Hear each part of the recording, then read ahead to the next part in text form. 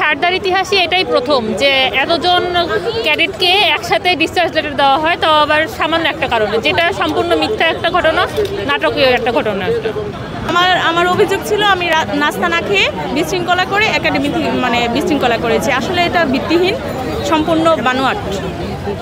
কষ্টদায়ক, কোনো মেয়ে না যাওয়া পর্যন্ত সে বলতেই পারবে না যে ওখানে কি পরিমাণ কষ্টদায়ক ট্রেনিং আমরা করেছি। তো এত কষ্টকর ট্রেনিং অবস্থা শেষ করে আমরা আশা ছিলাম যে চাকরিতে যোগদান করব।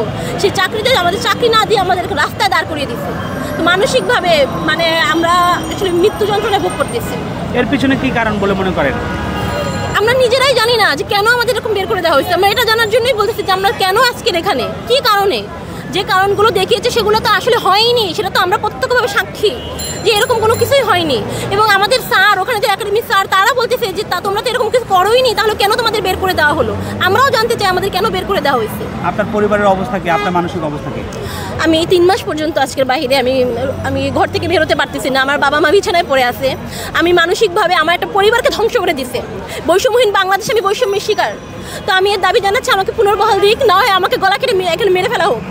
আমি মৃত্যু পর্যন্ত এখানে দাঁড়িয়ে থাকতে চাচ্ছি, যে যতক্ষণ পর্যন্ত আমাকে পুনর্বল নেওয়া হবেন ততক্ষণ পর্যন্ত আমি এখানে দাঁড়িয়ে থাকবো। আমার কারণটা নাস্তা না খাওয়ার কারণে এরকম 4 ধাপে আরও 313 জনকে বের করা হয়েছে 4টা কারণ দেখি।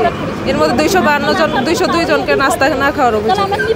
এরকম কোনো আমাদের পুলিশ একাডেমিতে এর আগে কোনো বছর, কোনো 112 বছর এরকম ঘটনা হয়নি। আমাদের বিশৃঙ্খলার কারণে আমাদের সর্বোচ্চ 2 দিন কি 1 দিন এক্সট্রা পানিশমেন্ট দেওয়া হয়, এর বাইরে কিছু হয় না। কিন্তু আমাদের সম্পূর্ণ একটা মানে মিথ্যা একটা কারণ দেখিয়ে ডিসচার্জ করে দেওয়া হয়েছে। কোনো উদ্দেশ্য তো আমাদের নোটিশে লেখা হয়নি, বা এরকম কোনো কথা আমাদেরকে বলা হয়নি ওখানে যে তোমাদের রাজনৈতিক কোনো কারণ বা কোনো দুর্নীতি কোনো অভিযোগ আছে, কোনো অভিযোগে আমাদের দেখানো হয়নি। কি চান এখন বলেন?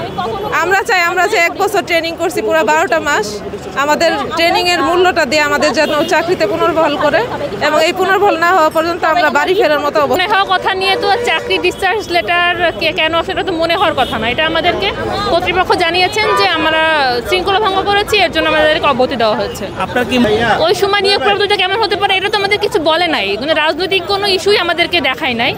তো আমরা এটা কিভাবে বলবো? আমাদেরকে দেখানো হয়েছে যে আমরা শৃঙ্খলা ভঙ্গ করেছি। মানসিক অবস্থা কি আপনার?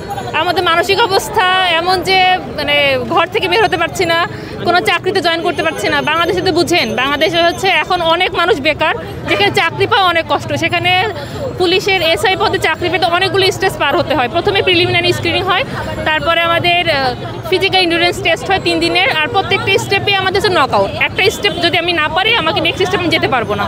সেখানে আমরা 3 দিনের মাঠ পরীক্ষায় মোট 11টা স্টেপ পার হওয়ার পর আমরা রিটেন পরীক্ষা দিই।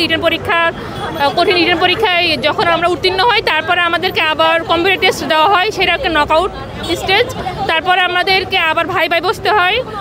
তারপর আমাদের কয়েকটা ধাপ, 2টা ধাপ পার, কঠিন একটা পথ, অনেকগুলো স্টেজ পার হয়ে প্রত্যেকটা স্টেজে যেখানে নকআউট, একটা স্টেজ না পারলে আমরা নেক্সট স্টেজে যেতে পারবো না।